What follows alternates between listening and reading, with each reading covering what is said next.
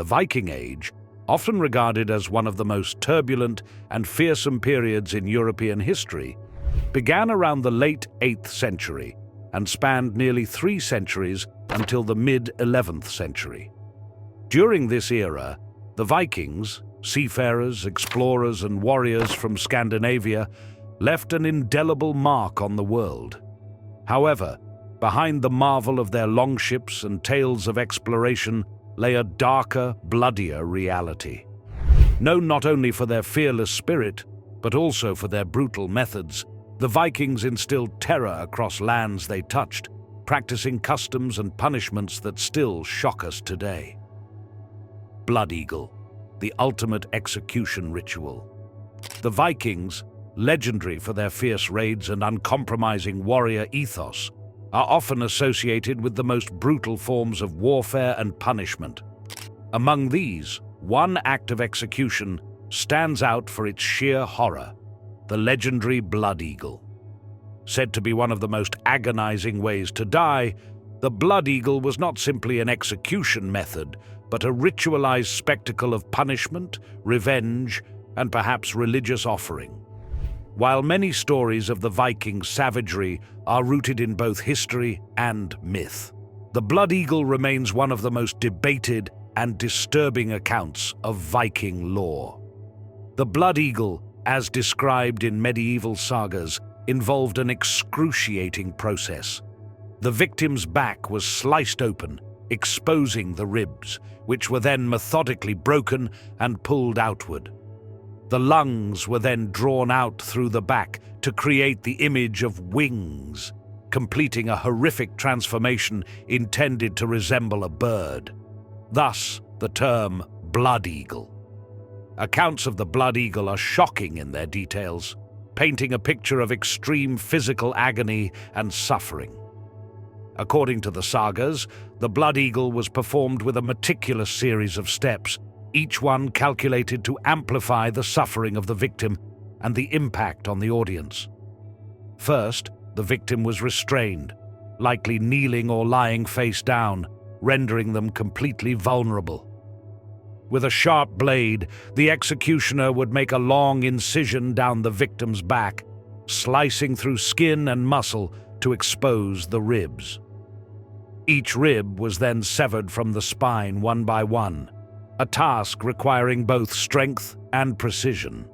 As each rib was detached, it was pulled outward, creating the gruesome wings that gave the ritual its name. The final step was perhaps the most horrific. The lungs were drawn out through the openings created by the ribs and spread over the shoulders, completing the resemblance to an eagle's wings. In some accounts, the victim was still alive at this stage, gasping for breath as their lungs were exposed to the air. The pain, intensity, and shocking visual of this execution ritual would have left an indelible mark on those who witnessed it, both physically and psychologically. The Blood Eagle is an infamous part of Viking lore, but its authenticity remains a topic of heated debate among historians and scholars. The primary sources describing the Blood Eagle are the Norse sagas, such as Orkneyinga saga and Norna Gest's Thatr, which recount tales of Viking heroes, kings, and warriors. However, these texts were written down centuries after the events they describe, often with embellishments that reflect the storytelling traditions of their time.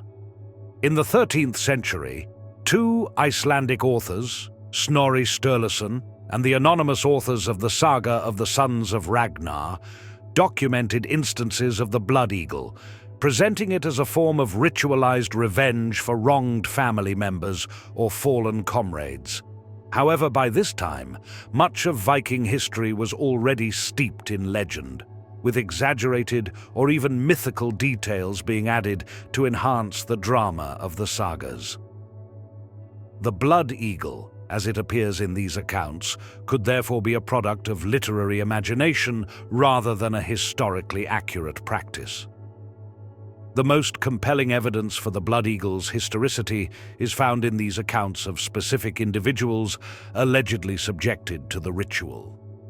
For example, the Blood Eagle was said to have been performed on Ella, a Northumbrian king who had captured and executed the Viking hero Ragnar Lothbrok. According to the saga, Ragnar's sons avenged their father by subjecting Ella to the Blood Eagle, a fittingly gruesome punishment for a royal who had shown no mercy to the Vikings.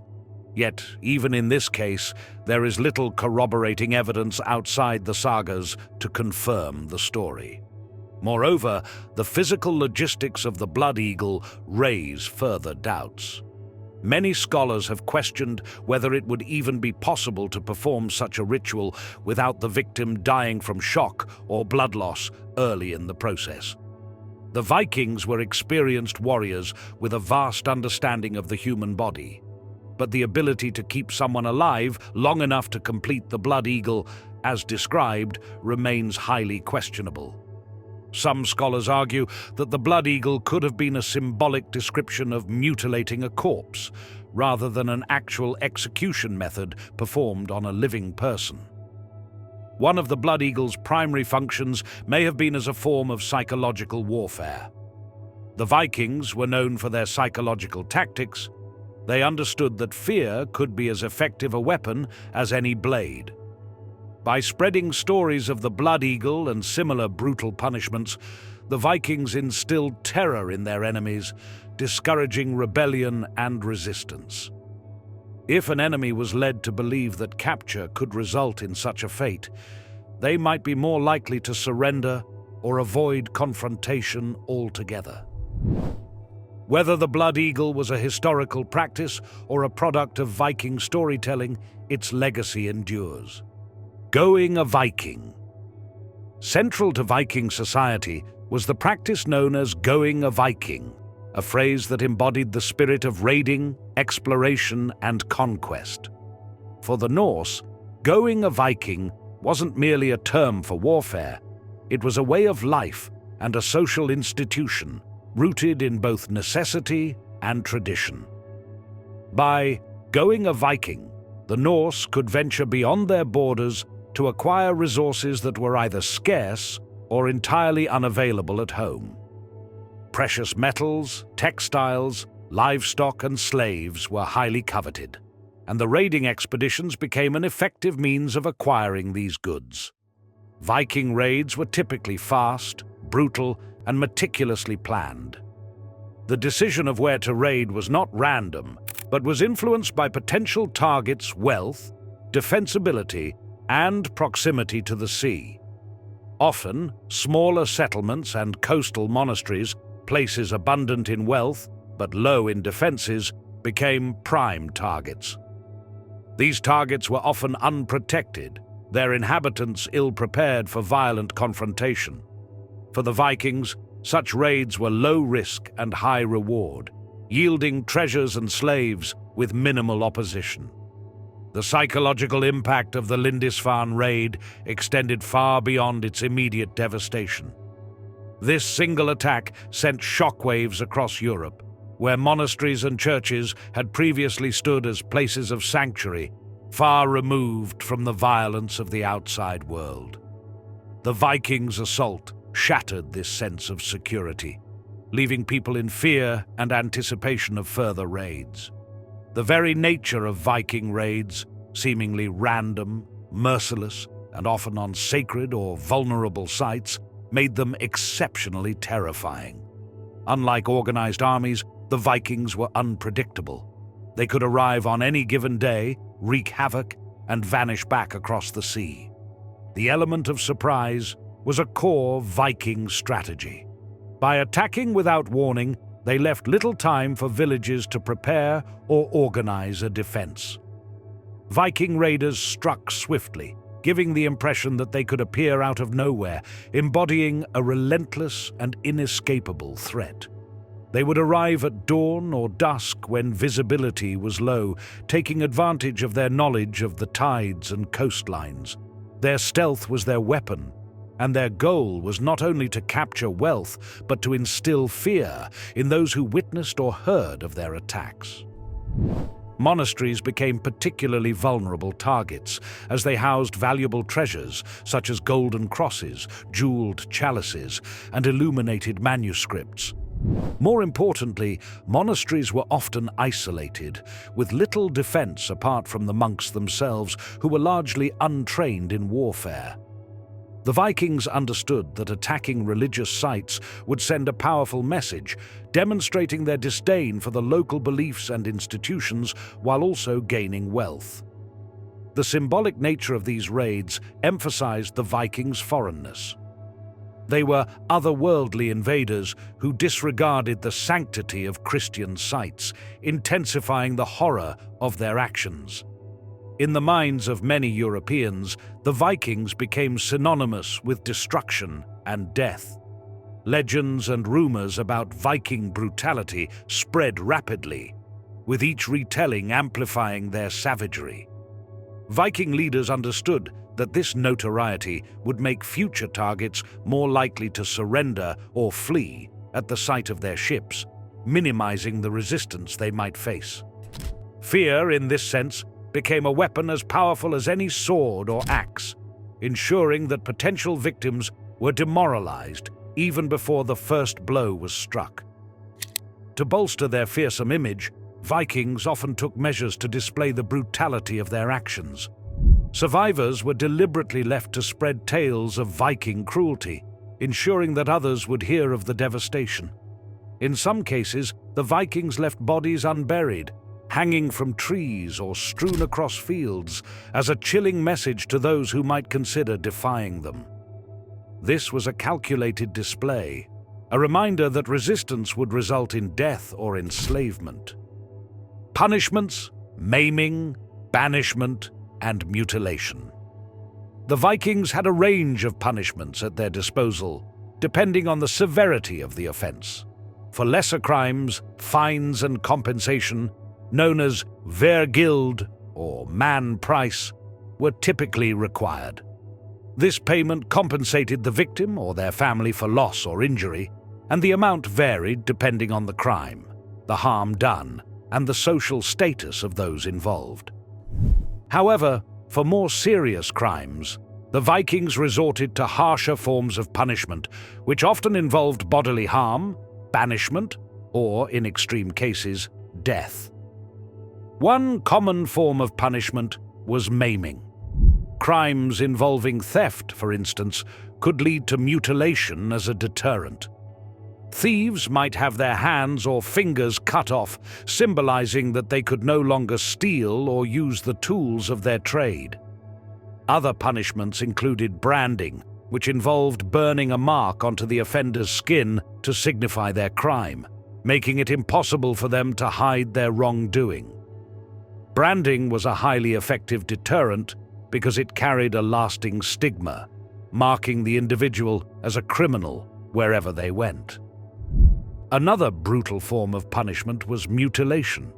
If someone committed a particularly severe offense, such as insulting the honor of another family or engaging in treachery, they might be subject to cutting off a limb or an ear, removing an eye, or other forms of bodily mutilation. For the most serious crimes like murder, incest, or oath-breaking, the punishment was often outlawry, banishment from the community. To be declared an outlaw in Viking society was a grave punishment that effectively left the individual defenseless and deprived of all legal protection. An outlaw could be killed by anyone without consequence. They had no rights and no support from the community. Outlawry, therefore, was a death sentence in all but name, as few outlaws survived long without the support and protection of a clan or kin. One of the more unique aspects of Viking justice was the practice of holmganga, or duels, which served as a form of conflict resolution. The word holmganga translates to going to the small island, as duels were often held on isolated strips of land or specially designated areas. In a society that placed immense value on personal honor, holmganga allowed individuals to settle disputes through combat, and in some cases to seek revenge or defend their honor publicly. Holmganga was often a last resort for resolving feuds, particularly those concerning matters of honor or significant grievances, like disputes over land, property, or marriage. Duels were strictly regulated, with rules governing the weapons that could be used and the space within which the fight would take place. Each participant typically had a shield bearer, who would assist by holding an extra shield or weapon, but the duel itself was meant to be a test of individual skill, strength, and bravery. The structure of a holmganga was methodical. Combatants would draw a circle, often with cloaks or stones, marking the area where the duel would take place. This circle, called the holmar, was the limit within which the fight had to occur, restricting movement and intensifying the encounter. The fight continued until one participant yielded, was incapacitated, or, in many cases, was killed. In some instances, the holmganga allowed for a negotiated settlement if one party was clearly outmatched, or the dispute could be resolved without further bloodshed. However, yielding in a duel often came with consequences, as the loser would be forced to pay restitution or accept dishonor. One famous saga that includes a holmganga is Eyrbyggja saga, which recounts the duel between the warriors Vermund the Slender and Thorgrim Kjallaksson over a land dispute. A victory in holmganga could enhance a warrior's reputation and secure his position in the community, while losing meant not only dishonor but potentially severe consequences, as defeat could lead to death or forced compensation. Gruesome funeral practices. In Viking culture, death was not seen as an end, but as a passage to another realm, one that reflected the life and deeds of the individual. For Viking leaders, warriors, and other esteemed individuals, death was marked by elaborate funerary practices designed to honor their legacy and ensure their safe passage to the afterlife. Among the most famous and iconic of these practices were the ship burials, ritualistic ceremonies in which the deceased was placed in a vessel, often a full-sized ship, surrounded by their prized possessions, weapons, and occasionally companions to accompany them on their final journey. One of the most famous examples of a Viking ship burial is the Oseberg ship, discovered in Norway in 1904. Dating back to around 834 CE, this burial contained the remains of two women, likely of noble or royal status, accompanied by a wealth of artifacts, including textiles, sleds, and even the remains of animals, such as oxen. Although the Oseberg burial lacks evidence of human sacrifice, it vividly illustrates the grandeur of elite Viking funerals, where the deceased were sent off with the riches and resources they would need in the afterlife. While ship burials were grand and impressive, some Viking funerals took on an even darker aspect: the ritual sacrifice of slaves or followers to accompany the deceased into the afterlife. This practice, which has been documented by both archaeological evidence and historical accounts, reveals the brutal side of Viking culture, where loyalty and servitude extended beyond death itself. The most vivid and detailed account of this ritual sacrifice comes from Ahmad ibn Fadlan, a 10th century Arab traveler and emissary from the Abbasid Caliphate. Ibn Fadlan traveled to the lands of the Rus, a Norse-descended people along the Volga River, and witnessed the funeral of a prominent chieftain. His description provides one of the only first-hand records of Viking funerary sacrifices, offering a unique glimpse into this gruesome ritual. According to Ibn Fadlan's account, when a chieftain died, preparations were made not only for the burial, but also for the selection of companions to accompany him in death. In this case, a young female slave volunteered or was chosen to die with her master, and her participation in the funeral was a grim and ritualized process. She was given over to a series of rituals intended to prepare her for the journey to the afterlife, including anointing with oils and symbolic clothing changes. On the day of the funeral, the chieftain's body was placed in a ship surrounded by grave goods, including food, weapons, and personal items. The slave girl, after a prolonged ritual involving various rites and even sexual acts performed by different members of the community, was ultimately brought to the ship, where she was strangled by the chieftain's family members and elders. The violent ritual ensured that the chieftain would not be alone on his journey, and the sacrifice of the slave was believed to elevate his status and ensure loyalty beyond death. This ritual was not limited to chieftains. In some instances, animals were also sacrificed, a practice that echoed the Vikings' polytheistic beliefs and their reverence for Odin, Freya, and other gods. Horses, in particular, were frequently sacrificed in funerals to symbolize speed and strength, providing the deceased with a means of swift travel in the afterlife. The sacrifice of slaves or companions was not merely a display of power, but an offering, a ritual designed to bridge the gap between the living and the dead. This final act of loyalty became a powerful symbol, a testament to the societal hierarchy and to the authority of the individual being buried.